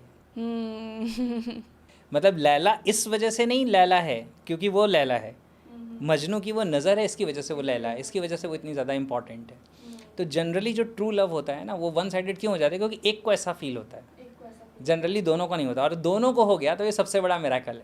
मतलब अगर ये दोनों के लिए ये फीलिंग आ जाए तो तो इसमें एज का कोई लेना देना नहीं होता, इसमें मैच्योरिटी का लेना देना होता है कि आपकी समझ कितनी गहरी है आपकी। और ये मतलब ऐसा नहीं कह सकते कि आप ये कर लोगे तो ट्रू लव हो जाएगा। मतलब ये वो वाली चीज़ है कि मतलब जैसे कहते हैं ना कि डायमंड फाउंड किया जाता है, मतलब मिल जाता है ना, उसको आप ऐसे बना नहीं सकते और चीज़ों से।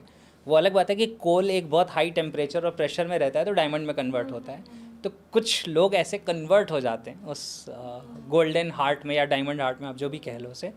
तो इस तरीके से तो क्या है कि तो ट्रू लव का ऐसा कोई एज का नहीं है। तो मैक्सिमम लोगों को अपनी ज़िंदगी में ट्रू लव नहीं मिलता, लेकिन अगर उनकी वैल्यूज़ मैच कर जाती हैं, उनके अंदर एक फ्रेंडशिप वाली फीलिंग हो जाती है, एक कंपेनियनशिप वाली फीलिंग होती है, तो उनकी लाइफ अच्छी चलती है। और अगर आपको ट्रू लव मिल गया और उसके साथ आपकी मैरिज हो गई तो समझ लो कि फिर आपसे ज़्यादा अमीर कोई नहीं है, राइट। तो ये बहुत ज़्यादा एकदम डिफरेंट ही कॉन्सेप्ट। मैंने सुना है सर कि जो लव होता है वो 23-24 की एज तक ही होता है, उसके बाद तो लोग मतलब लॉजिकली शादी करते हैं या फिर एक रिलेशन जुड़ता है तो वो लॉजिकली जुड़ता है। Is it true? देखो ऐसा कोई ज़रूरी नहीं है। कई बार क्या होता है ना कि कौन सा इंसान आपको ज़िंदगी में, मतलब वो इंसान, अगर हम ट्रू लव की बात करें तो किसी को लेके ना आपको एक ऐसी फीलिंग, एक कनेक्शन होता है। देखो एक तो है हिप्नोसिस, जैसे मैं एग्जांपल देता हूँ आपको कि जब आपने अभी मूवीज़ देखी हैं नई नई या नॉवेल्स पढ़ी हैं या आप कुछ और ऐसा देख रहे हैं और आप फीलिंग ऑफ लव में, राइट, मतलब आपको लग रहा है कि यार ज़िंदगी में कोई होना चाहिए, कोई ये चीज़ है, तो इस पर्टिकुलर इस इंटेंसिटी में NLP में हम इसे एंकरिंग कहते हैं, राइट। एंकरिंग का मतलब होता है कि whenever you are at the peak of any state, if you see anything, you listen to anything, if you touch anything, those feelings get associated, connect हो जाती है। तो जैसे सपोज़ करो कि अगर मैं उस फीलिंग में हूँ कि यार ज़िंदगी में मैंने कोई मूवी देखी, मोहब्बतें देख ली, अभी वो बज रहा है, वॉलिन बज रहा है दिल में, सही आ रहा अभी जो चल रहा है, पागल हुए हैं लोग। हाँ, लोग पागल हुए पड़े। तो अभी क्या है, वो फीलिंग आ गई सारी, ठीक है ना, वो उस इमोशन में। अब उस इमोशन में सामने वाले पर्सन ने आपको ज़रा सा रिस्पॉन्स दे दिया तो आप एकदम से उसके साथ कनेक्ट हो जाते हैं और आपको लगता है यही है मेरे सपनों वाला इंसान, राइट। लेकिन ये जो फीलिंग है ये कुछ समय तक रहती है और कुछ समय के बाद ये सारी फीलिंग ख़त्म हो जाती है, क्योंकि ये रियलिटी की वजह से नहीं थी। ये इस वजह से नहीं थी कि वो रियल में आपके सपनों वाला पर्सन है, ये इस वजह से थी क्योंकि आपके साथ जो काम हुआ है वो हुई है एंकरिंग। क्योंकि आप एक पीक स्टेट में थे, आप एक हाइटेंड स्टेट ऑफ लव में थे, आपने किसी को देखा, आपने किसी को सुना, किसी को गले लगा लिया, टच किया, फील किया, वो चीज़ कनेक्ट हो गई और आपको लगता है कि ये पर्सन की वजह से मैं इस प्यार की फीलिंग को एक्सपीरियंस कर रहा हूँ। जबकि एक्चुअली था कि आप उस प्यार की फीलिंग में थे, आप डिमांडिंग में थे, किसी ने कुछ चीज़ें सेटिस्फाई कर दी और आप उसके साथ कनेक्ट हो गए। तो ज़्यादातर लोगों के साथ जो होता है वो ये चीज़ होती है। तो जो आप कह रहे हैं ना 23-24 की एज में, उस एज में सबको क्या होता है, एक पार्टनर चाहिए, एक कंपेनियन चाहिए, एक बॉयफ्रेंड चाहिए, गर्लफ्रेंड चाहिए या कुछ ऐसा चाहिए। तो उस समय जब वो उस फीलिंग में, उस डेस्परेशन में है, तो जिसकी तरफ से रिस्पॉन्स मिला उसके साथ कनेक्ट हो जाते हैं, है ना, और फिर वो सस्टेन नहीं करती चीज़ें।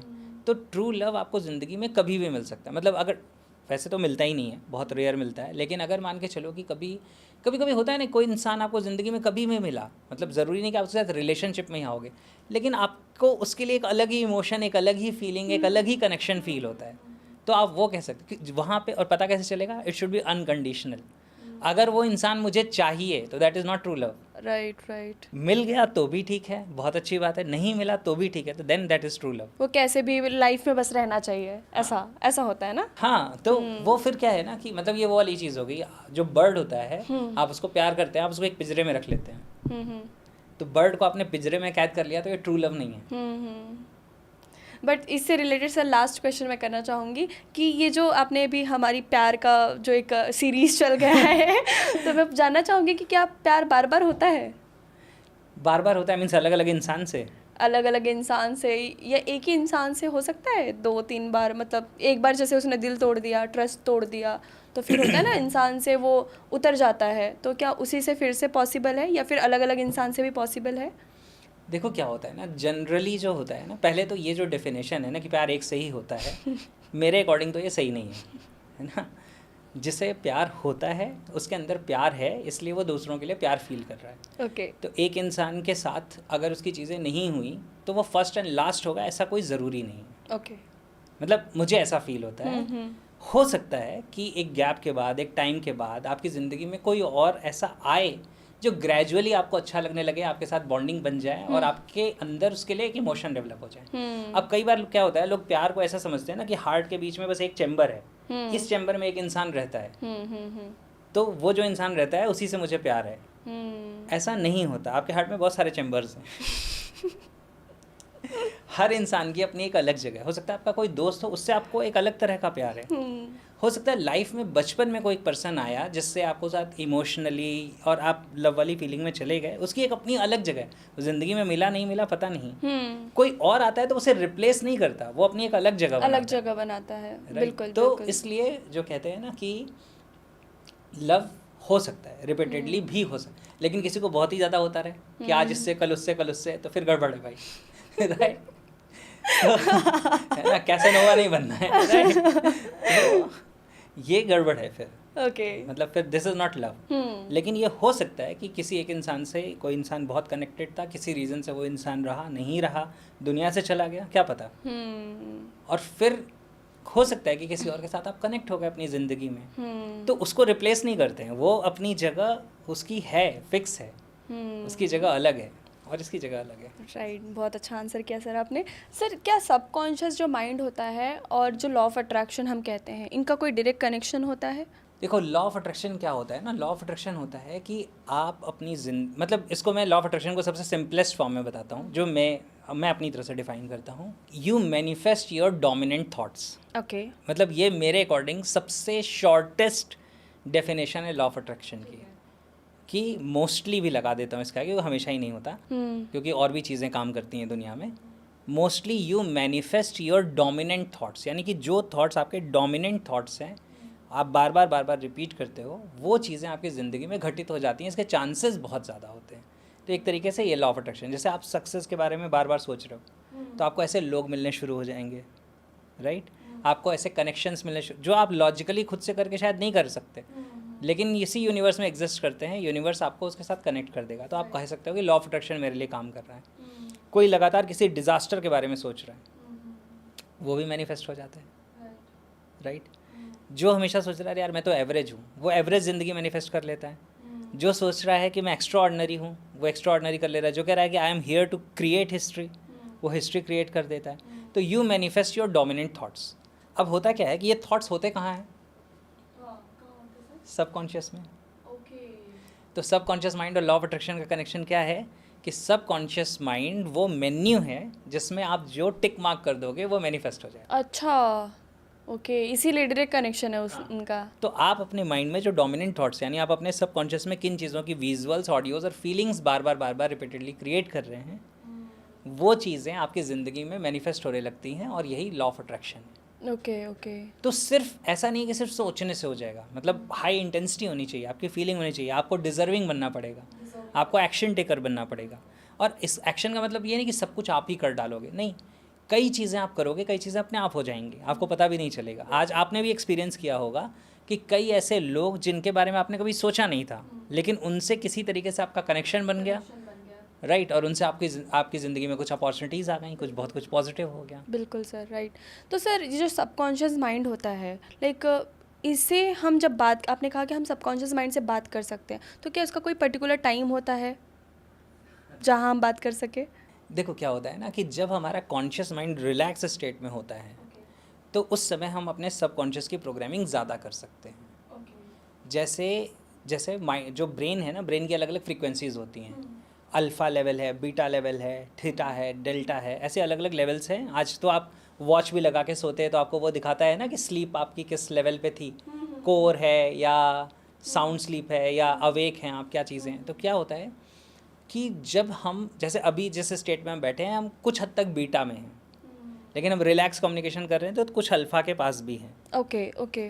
वरना जो डे टू डे लाइफ है जिसमें हम चलते फिरते हैं, बहुत काम करते हैं, हम बीटा लेवल पे होते हैं। तो बीटा लेवल में कॉन्शियस माइंड ज़्यादा एक्टिव होता है, तो सबकॉन्शियस की प्रोग्रामिंग कम हो पाती है, क्योंकि लॉजिकल ज़्यादा काम कर रहा है उस समय। ओके। तो होता क्या है कि सबकॉन्शियस को अगर हम प्रोग्राम करना चाहते हैं, तो आप रिलैक्स स्टेट में अगर आप अपने साथ कन्वर्सेशन करते हैं, तो वो सबकॉन्शियस को ज़्यादा अच्छे तरीके से प्रोग्राम करता है, तो जिसे हम कहते हैं अल्फा स्टेट। Alpha state. तो अल्फा स्टेट में जब आप मेडिटेशन करते हैं आप अल्फा में जाते हैं, जब आप सुबह सो के उठते हैं तब आप अल्फा में होते हैं, जब आप रात में सोने जाते हैं रिलैक्स हो रहे होते हैं तब आप अल्फा में होते हैं।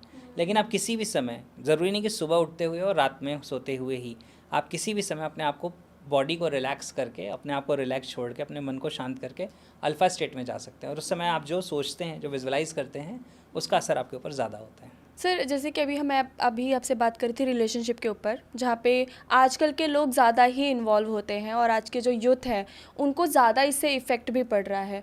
तो कहीं ना कहीं अगर मैं बात करूँ स्टडी में, तो आजकल बहुत डिस्ट्रैक्शन भी हो गए हैं। तो ये जो डिस्ट्रैक्शन में उनके अगर परसेंटेज कम आ जाए या फिर कुछ भी उनके लाइफ में ऐसे चीज़ें हो जाए तो उनको बहुत ज़्यादा इफ़ेक्ट करती है, और वो फेलियर वो एक्सेप्ट ही नहीं कर पाते हैं। मतलब वो मार्क्स भी कम आना, और कई, आपको भी पता होगा कि बहुत लोग आत्महत्या वगैरह भी कर लेते हैं। तो ये सारी चीज़ें क्यों हो रही हैं? देखो क्या है ना कि एक्चुअली हमारी जो स्ट्रेस बियरिंग कैपेबिलिटी है वो बहुत तेज़ी से रिड्यूस हो रही है। इसके पीछे बहुत बड़ा जो चैलेंज है ना वो ये है। ओके। देखो, मैं जब पेरेंटिंग पे कभी बात करता हूँ तो मैं कहता हूँ कि होता क्या है कि पेरेंट्स को बच्चे को तैयार करना चाहिए जिंदगी को फेस करने के लिए। ओके। यानी parents should prepare their child to face life. हो ये रहा है कि parents are preparing life for their child.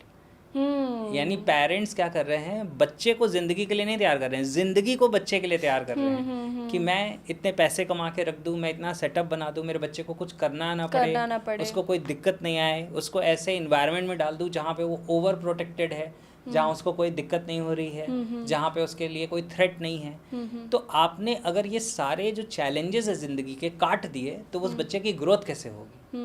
वो चैलेंज को बियर करने की कैपेबिलिटी कहाँ से लाएगा? मतलब हमारे पर्टिकुलर टाइम में तो मेरा एक दोस्त था, दोस्त मतलब क्लास में पढ़ता था, तो उसको उस समय विंटर सीजन था।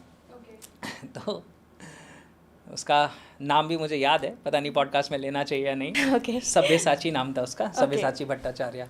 तो हो सकता है क्या पता वो भी ये पॉडकास्ट सुन ले। तो क्या हुआ कि कुछ जो भी उसने किया होगा, तो ब्लेज़र पहना हुआ था, ग्रीन कलर का ब्लेज़र हुआ करता था, और सर ने डंडे से उसकी खूब धुलाई की, है ना, मतलब अच्छे से पिटाई हुई उसकी, यहाँ पे बैक आया तो फिर अपना ऐसे से झाड़ता है।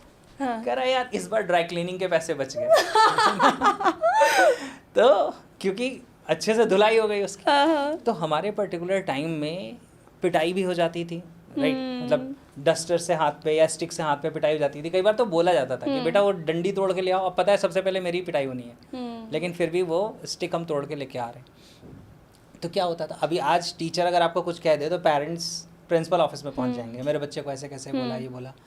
तो क्या है कि हमने जो चीज़ें बना दी हैं वो इतनी ज़्यादा कंफर्ट जोन वाली बना दी हैं कि ज़रा सी चीज़ जो अनकम्फर्टेबल होती है वो बर्दाश्त के बाहर हो जाती है। राइट। तो क्या होता है कि अब एक बच्चे को सब कुछ बिल्कुल सजा के मिला हुआ है, उसके परसेंटेज ज़रा से कम आए, उसके बर्दाश्त के बाहर है। मेरे दोस्त के ज़्यादा आ गए, मेरे दोस्त से मेरे कम आ गए, राइट। मैं आपको एक और मज़ेदार किस्सा सुनाता हूँ अपने स्कूल लाइफ का। क्लास 12th की बात है, राइट। और सर सारी पोल पट्टी खोल हाँ, देंगे। अब इसमें नाम नहीं लूँगा, है ना। तो क्या है कि अब मेरे पास उसमें मोबाइल फ़ोन हुआ करता था, रिलायंस के नए नए मोबाइल फ़ोन आए थे। तो पहले की बात है जब नए नए वो 501 में आते थे, फिर वो बिल देना होता था। तो मेरे पास फ़ोन आया मेरे एक दोस्त का, और रोए जा रही है। 12th का रिज़ल्ट निकला उसके बाद। तो मैंने कहा क्या हुआ? तो मैं घर नहीं जाऊंगी। मैंने कहा हुआ क्या, ये तो बताओ, घर क्यों नहीं जाओगी? मेरे मार्क्स बहुत ख़राब आ गए। और रोए जा रही है। मैंने कहा कहाँ हो? तो बनारस मेरा होम टाउन है। तो उसने बोला संकट मोचन में हूँ। संकट मोचन एक मंदिर है। मैंने कहा अच्छा। मैंने कहा वहीं रुको, मैं आता हूँ। और मेरे पास उस समय क्या, शायद मेरे भैया की हीरो होंडा थी, 100 SS कहते थे उसे, CD 100 SS, या तो वो थी या मेरे पास मेरी अपनी मोपेड थी, हीरो पुक, मुझे याद नहीं, दोनों में से कोई एक थी। मैं पहुँचा वहाँ पे। अब वो रोए जा रही है, मैं उसे चुप करा रहा हूँ, चुप हो जा, क्या हुआ? तो मेरे मार्क्स बहुत कम आए। कितने कम आए? 74% आए हैं, है ना। मैंने कहा 74% तो कम नहीं होते, बहुत ज़्यादा हैं। कहाँ से तुम्हें कम लग रहे हैं? तो मेरी कज़न के 75 या 76% आ गए हैं, है ना। तो मैंने कहा तुम्हारी कज़न के 75-76% आ गए तो इससे क्या हो गया? तो नहीं, मैं अपने पापा को कैसे मुंह दिखाऊंगी, अपने पापा को कैसे फेस करूंगी। अब संकट मोचन जो मंदिर है वहाँ पे स्थिति क्या है, एक लड़की 12th क्लास की रो रही हो, मैं चुप करा रहा हूँ और लोग देख रहे हैं। उन्हें क्या लग रहा है? उन्हें लग रहा है कि कुछ और ही किस्सा होगा, कुछ भाई और ही कहानी है। कुछ और ही कहानी होगी, लड़की क्यों, मुझे लग रहा है मेरी पिटाई ना हो जाए भाई कि ये रोए जा रही है और मैं चुप करा रहा हूँ, है ना। फिर मैंने क्या किया, मैंने उसके पापा को फ़ोन किया, फिर उसके पापा को फ़ोन किया, बोला कि अंकल देखिए वो यहाँ पे है, ऐसे ऐसे है, रो रही है, परेशान है, आप आइए उसको आके ले जाइए, मैं हूँ यहाँ पे अभी तब तक। बोले तुम्हारे कितने आए हैं? मैंने कहा उससे बहुत कम है। तो कह रहे तब क्यों रो रही है? तो मैंने कहा क्योंकि उसकी अपने कज़न से कम आए, मेरे से नहीं कंपटीशन है उसको, है ना। उसको ये लग रहा है कि मेरे पापा को लगेगा कि कज़न के ज़्यादा आ गए। तो ये सारा सिचुएशन था। तो इतना ज़्यादा प्रेशर किस चीज़ का? क्योंकि पेरेंट्स जो हैं कभी ना कभी उन्होंने कहा होगा कि उससे तुम्हारे ज़्यादा आने चाहिए, या देखो उसके ज़्यादा आ गया। वो कंपटीशन, वो प्रेशर, तो कई बार इसमें रोल पेरेंट्स का भी बहुत ज़्यादा है। पेरेंट्स के माइंड में क्या है? Child first means parent first. मेरा बच्चा फर्स्ट आ गया तो इसका मतलब मैं समाज में फर्स्ट आ गया। तो इसकी वजह से कई बच्चे उस चीज़ को एक्सेप्ट नहीं कर पाते। वो फिर उनको लगता है कि मेरे पेरेंट्स की बेइज्जती हो गई, इससे अच्छा तो मैं दुनिया से चला जाऊँ। सर कई बार तो ऐसा होता है कि बच्चों को इफ़ेक्ट नहीं होता लेकिन पेरेंट्स को ज़्यादा इफ़ेक्ट हो जाता है। तो मुझे भी याद है 10th में मेरे भाई का परसेंटेज आया था, तो उसको इतना इफ़ेक्ट नहीं हुआ, बट मम्मी बेहोश हो गई थी ये बात ही सुनकर, और इतना रो रही थी। तो कई बार बच्चों को इफ़ेक्ट नहीं होता तो पेरेंट्स को हो जाता है, तो इससे भी बच्चे टेंशन में आ जाते हैं। हाँ सर, वैसे मैं जानना चाहूँगी कि NLP में सबसे हेल्पफुल कौन सी चीज़ होती है? मतलब अवेयरनेस या फिर लैंग्वेज या बॉडी पैटर्न, क्या सबसे ज़्यादा हेल्पफुल होता है? NLP जो है ना वो कॉम्बिनेशन है माइंड एंड बॉडी का। मतलब NLP एक ऐसी टेक्नोलॉजी है जो आपको माइंड और बॉडी के कॉम्बिनेशन को यूज़ करना सिखाती है in the best possible way. इसीलिए हम NLP में कहते हैं कि mind and body form a system, they are different expressions of the same person. तो आपको NLP ऐसी बहुत सारी स्किल्स बता देती है, सिखा देती है कि जिसमें आपको अपनी बॉडी लैंग्वेज को कैसे कैरी करना है, कैसे होल्ड करना है, कैसे आपको यूटिलाइज करना है, और साथ साथ अपने माइंड की प्रोग्रामिंग को कैसे चेंज करना है, आपको अपने थॉट पैटर्न्स को कैसे अल्टर करना है। ये सारी चीज़ें NLP सिखाती है। तो NLP बहुत ज़्यादा पावरफुल इसी वजह से हो जाती है और बहुत इंस्टेंट हो जाती है, क्विक हो जाती है। मतलब मैं आपको बताता हूँ, मैंने बहुत बार लोगों को ये टेक्निक कराई है, और यूट्यूब पे भी मेरी वीडियोस पे अवेलेबल है, जहाँ पे मैं स्टेज पे काफ़ी लोगों को करा रहा हूँ कि कोई पेनफुल पास्ट मेमोरी है, ज़िंदगी में कुछ हुआ जिसकी वजह से आप परेशान हैं, और वो शायद मेमोरी आप लास्ट 10 ईयर्स से 15 ईयर्स से कैरी कर रहे थे, और वो विदिन 7 to 10 मिनट्स लोगों की पावरलेस हो जाती है NLP टेक्निक से। 7 to 10 मिनट्स में पावरलेस हो जाती है, मीन्स वही मेमोरी जो आपको 1 से 10 के स्केल पे 7 या 8 पे डिस्टर्ब कर रही थी, जिस पे आप बहुत ज़्यादा अनकंफर्टेबल थे, उसका ड्रॉप होके लेवल 2-3 तक आ जाता है। दैट मीन्स अब आपको वो मेमोरी की तरह याद है, लेकिन आप उससे डिस्टर्ब नहीं हो रहे। तो इतना फास्ट चेंज कर सकते हैं हम अपने माइंड की प्रोग्रामिंग को, अगर हम NLP को सही तरीके से यूज़ करते हैं। और NLP is the language to influence also. जैसे अभी मैं आपसे बात कर रहा हूँ, शायद आप फील कर रहे होंगे कि ये कन्वर्सेशन कई घंटे भी चले तो कोई प्रॉब्लम नहीं। हाँ एग्जैक्टली मैं सोच रही थी कि टाइम का ध्यान देना पड़ेगा, अदरवाइज हमारे कॉन्वर्सेशन बहुत लॉन्ग जाने वाले हैं। शाम तक चलती रहेगी। तो क्यों? क्योंकि जो कम्युनिकेशन है इसके पीछे NLP मैं यूज़ कर रहा हूँ, जानबूझ के नहीं कर रहा हूँ आज के समय, आज ये ऑटोमेटिकली हो रही है, आपके हैबिट में है। हाँ, वो अनकॉन्शियसली हो रही है। क्योंकि जिस तरह से हम शब्दों को यूज़ करते हैं, जिस तरह से बॉडी लैंग्वेज को यूज़ करते हैं, NLP वो सारी चीज़ें सिखाती है that how you can communicate effectively, how you can communicate efficiently, कि आप सामने वाले को भी इन्फ्लुएंस कर सकते हैं। वैसे सर पॉडकास्ट इतना अच्छा जा रहा है, मन तो नहीं कर रहा है कि मैं आपको बोलूं कि सर हमें टाइम का ध्यान देना पड़ेगा, बट स्टिल लास्ट क्वेश्चन एक ये मैं पूछना चाहूँगी सर कि कोई भी ऐसी एक्टिविटी जो एवरी डे हर एक पर्सन को अपने लाइफ में ऐड करनी चाहिए NLP के थ्रू।